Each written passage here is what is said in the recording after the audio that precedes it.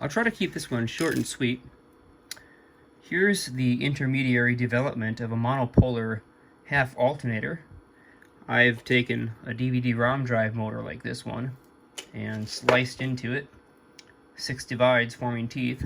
Here's one of those Home Depot tool holder magnets.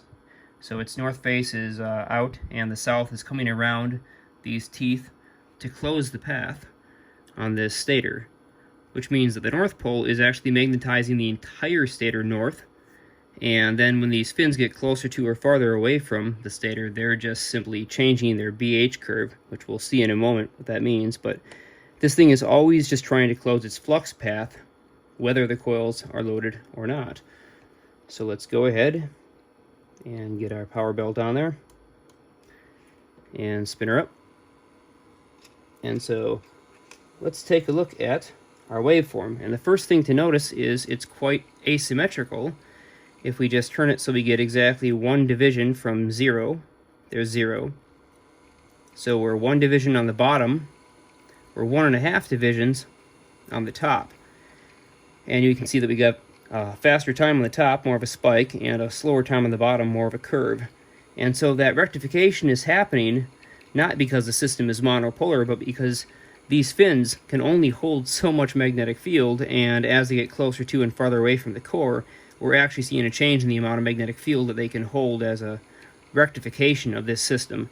We can also see that phenomena if I go ahead and jam some LEDs in to close the circuit.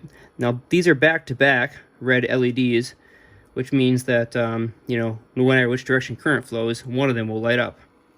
So as we spin this up, we can see that it's not just a phenomena on the scope, it's actually lighting one of the two up first.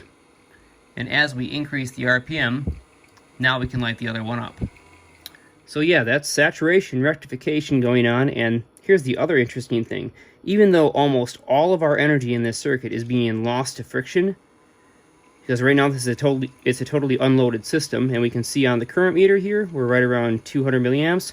So watch, I'll go ahead and short one of the phases, and we go up by 20 milliamps, and I'll short the other phase, and we go up by some 40 milliamps, 40 or 50 milliamps. So in total, yeah, we get about 40 to 50 milliamps of increase.